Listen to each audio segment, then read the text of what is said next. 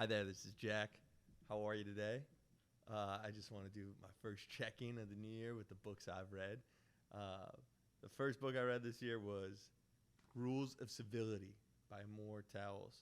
And I kind of crushed it. I read it in about 4 days, and I made it a real priority. And exactly what the goal of the challenge of reading 30 books in 1 year is about is always prioritizing picking up a book instead of looking at your phone.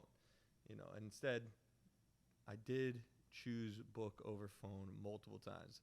My screen time is still a little much, but I think it's like heading in the right direction, which I'm really excited about. All right, so let's go over Rules of Civility. This is a book that was recommended to me by my wife, which will be most of my recommendations, I'm sure. She really liked Amor Towles, the writer from the book Gentleman in Moscow, so she figured this might be all right. And it follows the main character is a woman named Katie Content. I really like the setting of Rules of Civility, right? It was based in the late 1930s, which is an unusual time period for a book to take place, in my opinion, right? Because you've got your Roaring Twenties books like your Great Gatsby, and then you've got your Great Depression books, which are Grapes of Wrath. And then I'm sure there's some like World War II setting books, that's a popular genre. But the time period of like the end of the Great Depression or the comings to the end of the Great Depression, plus, we're not all yet in World War II. I just think it's an interesting setting that I've never really read any perspective on it. And so I found this an engaging backdrop to the story of Katie Content. Katie's this working class girl who sort of gets caught up into the changing social structure of the social structure of Manhattan in general, in working class women basically. She works as she's a secretary, and she sort of works herself up into higher positions throughout magazines. It kind of reminded me of,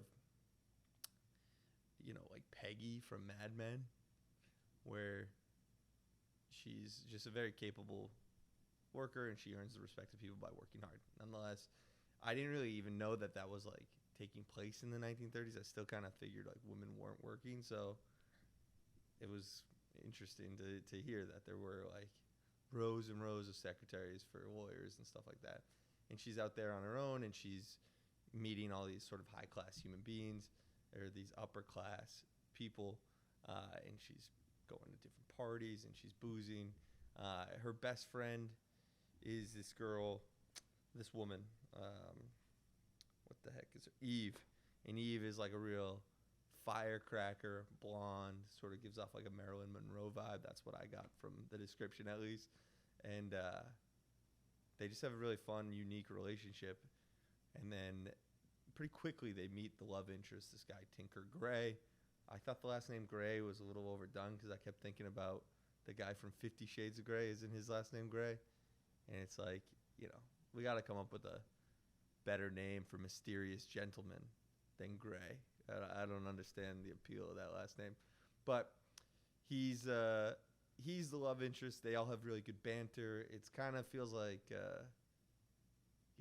they're just really kind of sassy with one another.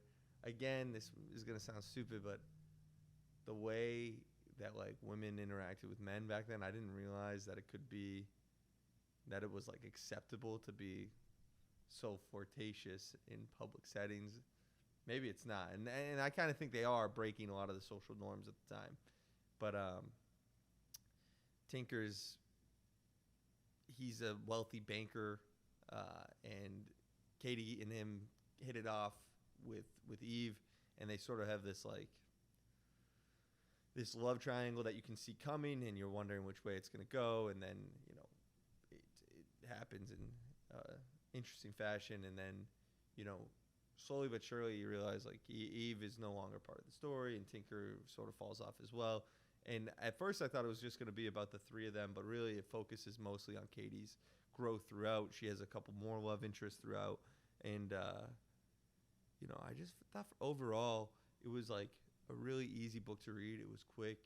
Um, the way Amor Towles writes is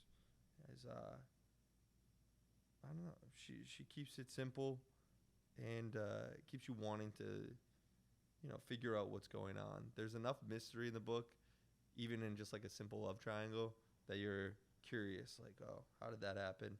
You know, why is Katie so interested in this guy, or where is Eve? Different things like that. I don't know. But my issues, the only issues with the book was that I didn't find Tinker Gray that compelling of like a love interest. I thought he was kind of